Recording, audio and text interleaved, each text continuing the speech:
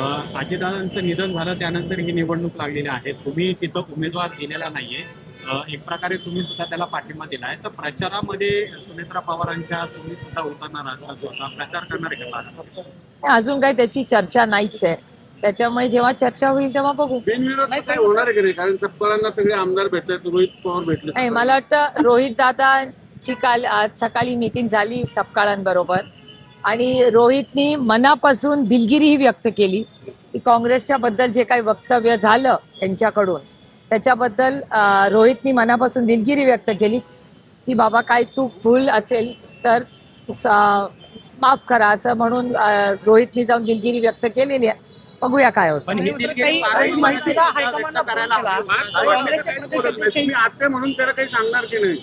नाही, बघा, आत्या म्हणून जे सांगायचं असतं ना ते घरात सांगायचं असतं, कॅमेरावर नसतं सांगायचं. पार्थ पवारांनी सुद्धा दिलगिरी व्यक्त केली पाहिजे असं वाटतं का? कारण की काल सुद्धा सुनेत्रा पवारांनी हर्षवर्धन सपकाळांना पाठिंब्यासाठी फोन केला. मला खरंच याच्यातली काही माहिती नाही. याचं कारण माझं काल कुणाशी बोलणं झालेलंच नाही. एकतर दुसरं, भारतावर जे आर्थिक संकट आलेलं आहे, काल युद्ध थांबलेलं आहे, त्याच्यामुळे पुढच्या काही दिवसात LPG असेल, पेट्रोल डिझेल असेल, याच्यात झालेले काही बदल, त्यातून महिला आरक्षणाचं येणारं बिल, त्याचबरोबर महागाई जी झालेली आहे किंवा गॅसचा तुटवडा जो झालेला आहे, ह्या सगळ्या अनेक गोष्टी कालच्या दिवसभरात झालेल्या आहेत.